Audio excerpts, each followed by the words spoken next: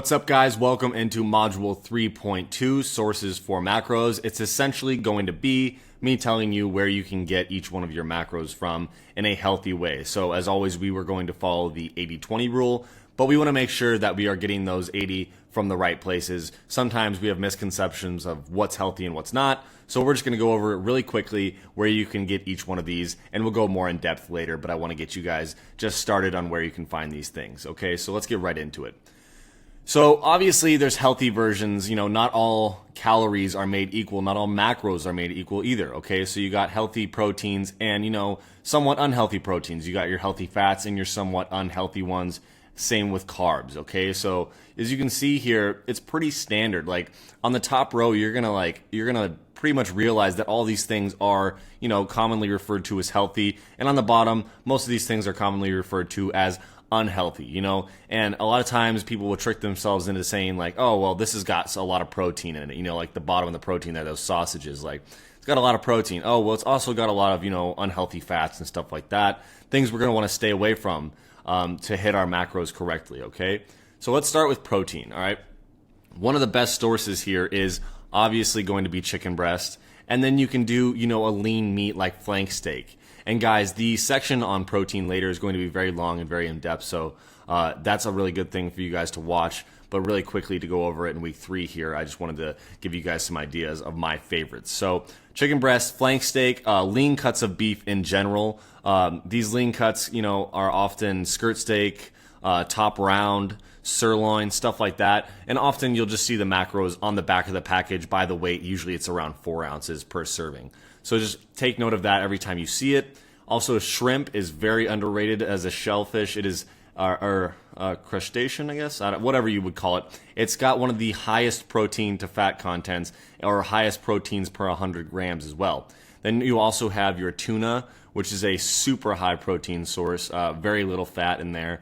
And then there's also salmon, which is about equal fat to protein. So you got to be wary of that. But of course, the fats in salmon are incredibly healthy and a great source of those omega-3s. So when you guys think about proteins, often they will be combined with fats. Some of your leaner beefs will also have a bunch of fat in them, even if they are the leaner ones. And a lot of times, if they are lean cuts, they will have, okay fats. But if they're like heavier cuts like ribeye and stuff like that with a fat layer of lard on the outside, that's not good fat, okay? So we should steer clear of that if we can. It's also very calorie dense. And the last one here is eggs. In general, it's egg whites that we look for the protein. Egg yolks are going to be your fats. Don't deprive yourselves of that whole egg every time because it's a very good source of fat, okay? And it's a very complete protein as well. It is, I believe, one of the only complete proteins in nature. It comes with everything you need just right in there. Okay, and what I like to do in the mornings is a lot of times I'll just go with, 2 or 3 whole eggs, and they're about 72 calories per whole egg. So that's, 140 to, 220 calories or whatever it is, 210 calories. And then you put some egg whites in there, which is really calorie light. It's all protein, and you can get them by the carton at the store and mix those together with some salt. That makes a really great scramble so that you don't get all egg whites because all egg whites are not that great. The yolk is where you get all that flavor. So here's some sources of protein that would be for vegetarians or vegans, right? So we have eggs, obviously, which is for maybe a vegetarian, depending on what your beliefs are. And then obviously, hemp seed, chia seeds. Edamame is a great source, and I love edamame. When I've tried these diets, I mainly stuck to things like Greek yogurt, the green peas. I ate a lot of beans and stuff like that. Black beans is a good source. Although a lot of them come with, an equal number of either fat or carbs, so you got to be careful of that. It is hard to get your protein in when you are a vegan or vegetarian, so just be wary of that and just be extra careful to get that full amount of protein in. And then quinoa obviously is a very good one as well. And you also have your nuts and your peanut butter, but those are both really good sources of fats, okay, as well. Not just protein. I wouldn't even consider them a protein source in my opinion. They are mostly just fats. And those are things that you really need to measure, like I'll talk about in the future, and probably have already talked about. But especially with your nut butters, they are incredibly calorie dense, and same thing with oils and stuff like that. But be careful. So here's some carbohydrate examples that I want to go over just so you guys can get an idea really quick of where you should be starting. Like I've said, we want to focus on complex carbs. We'll talk about it in depth later, but these are some good examples. Sweet potatoes, obviously one of my favorites. Brown rice, you got your black beans, quinoa. Rice cakes are a good option for a snack as far as carbs are concerned. And then you have all of your greens, essentially all of them, and are a good source of your fiber and stuff like that. Brown rice and quinoa pair great with any meat, obviously. Sweet potatoes are so easy because you can literally throw them in the microwave with a wet paper towel for about 5 minutes and they will come out fine. And then sometimes I'll cut them up and put them into a skillet with a tiny bit of olive oil to get a little bit crisp. These are all really good options as far as health is concerned, but my favorite down here in the corner is oatmeal. As far as carbs are concerned, I probably get a good quarter of my carbs each day from oatmeal. I love oatmeal. It's one of my favorite things, and it's commonly referred to as the healthiest grain there is. I love it, and you can do so much with it as well. As far as flavors and everything is concerned, you can make overnight oatmeal and stuff like that. I'll share some recipes with you guys in the Weight Loss Experts group. But yeah, guys, keep these all in mind and try to center these around, or make these a secondary to your protein source, as always. So here's your fats. Obviously, we know avocados. Everybody knows avocado is a great source of fat. Salmon, like I said, is a great source of protein and fat. You got your nuts, eggs, olive oil, and other oils, and then your nut butters. Obviously, salmon and your nut butters and nuts are going to be in protein and fats, but I would lean towards the nuts and nut butters being only in this section because they are calorie dense and they are fatty. And to be honest with you guys, the fats are what we need to watch out for as far as calorie boosting, because like I said, there is 9 calories per gram, and that's a lot of calories. Okay, so if 2 tablespoons is 190 to 210 calories, and it's easy to turn those 2 tablespoons into 4 tablespoons if we're not measuring correctly. So it's super important that we measure things like that. This includes our olive oils and other things. These are all healthy fats, right? But we need to be careful of them because they are calorie dense at the same time. They are crucial for our diet because they are absolutely essential for us to live, but they are also something to be wary of due to the calorie surplus that they kind of have. So I wouldn't be snacking on things like nuts and peanut butter if I were you guys. Also, if you guys want to do hard-boiled eggs, that's a good snack. It is, but they can add up to, so have 2, it's 140 calories or 150 about calories. For that, you get maybe 14 grams of protein or something like that, and then maybe 12 grams of fat. I'm not exactly sure what it is, but it's somewhere around there. And you guys don't shy away from fats because fats, as I will talk about, are not fattening, but they are just calorie dense, which is probably why most people refer to them as fattening. And then these are on the, I don't know why I said fridge, it's fringe eats, sorry about that. But anyway, these are kind of just ones that are closer to that 20%, but they are still pretty healthy. So I would use them as a good source of carbs or whatever it might be. These are just some things I like to throw in my meals, to keep myself sane. So this number one here is Kodiak cakes. There's a lot of different brands out there now of different protein pancakes and protein waffles, of course. I like this brand the best, and it was one of the first ones to come out that I saw. It's also 100% whole grain, which is another cool thing, and it's got some fiber in there as well. You just need to be careful and measure out the amount of powder that you're using because it can add up as far as calories are concerned, and they have a bunch of different flavors as well. If you guys are big into pancakes or if you guys are big breakfast eaters, or even lunch, honestly, what I do is I probably showed you this before, but my waffles or pancakes with chicken breasts and a tiny bit of peanut butter and sugar-free syrup is my meal to go to, which is where this comes in. The sugar-free syrup is a big one, guys. I know a lot of people are out of it on the sugar-free stuff. They don't like artificial sweeteners, and that is really something that I'm not going to get too far into here.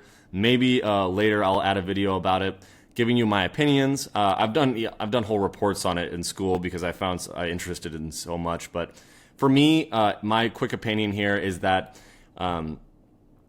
quick added sugars are a bigger problem than artificial sugars in America today. Okay, people have diabetes, and nobody's really dying yet, or at least from the artificial sweeteners. Okay, the thing they can do that's bad is they do create some bloated water retention sometimes, especially aspartame.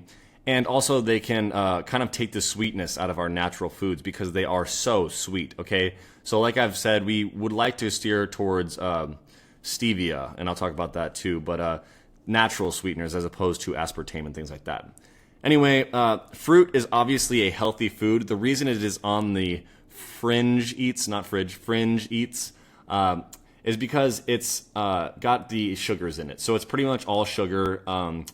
And while that's not always bad, it is a source of just, quick carbs, simple carbs that we don't want to go to all the time for our carb source, okay? So it's something, if you have an apple a day, of course that's fine, and if you guys want to snack on some grapes or something like that, as long as you count them, you're fine. I'm just saying that these aren't our number one source of carbs because of the fact that they are simple and they are quick sugars that our body could easily turn into fat if we aren't active. And this is a fattier cut of meat that I would not tell you guys to cut out of your diet completely.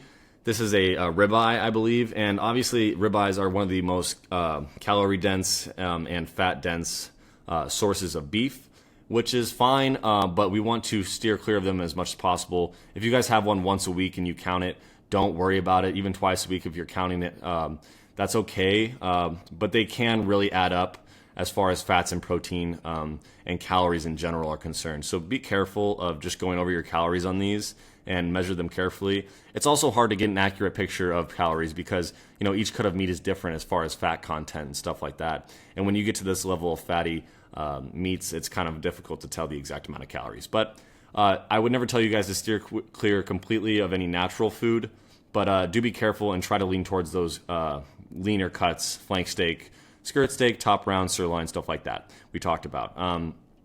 But yeah, let's move on now. This is one of the more towards the 20%. You're probably in the 20%. This is, Halo Top is the top brand, obviously, but there are a lot of brands of just protein ice creams, essentially. Try to look at the macros on each one. The reason I say these are okay is because a normal pint would be about 1,200 calories of Ben & Jerry's, or 1,000 calories or something like that. This is only 320 calories, which pales in comparison, really. And you can eat it by the quarter or by the half, too, if you want. I never can, to be honest. So when I go to the store, I buy one and I take it home and eat it right away. That's how I do it. But, it's not a great source of protein, but it is just a calorie-light sweet. So if you're really having a sweet tooth, this is something that I would recommend to get rid of that. It's pretty good. I really enjoy it. Some people hate it. Give it a try. Give a couple of different brands a try as well, because I know Halo Top can be pretty expensive. And like I talked about, Truvia or stevia, this is just a natural sweetener as opposed to the aspartame ones that are definitely worse for you. So if you're going to go for a sweetener, which I always do, I do a lot of, I'm not going to lie, I go for Truvia or stevia. And the thing is, I put it in my oatmeal, I put it in my coffee, everything that you would usually put, some sugar in there. You can put Truvia in there. Even in my protein shakes sometimes when I'm blending them, I'll put Truvia in, okay? And it makes just things a little bit better, a little bit more bearable to eat. If you're just going to eat plain oatmeal, that's pretty bad, okay? But I just love the way Truvia and stevia make it taste. So it's definitely a good way to spice things up, and I would definitely get this in bulk. You can get a big old bag of it at the store.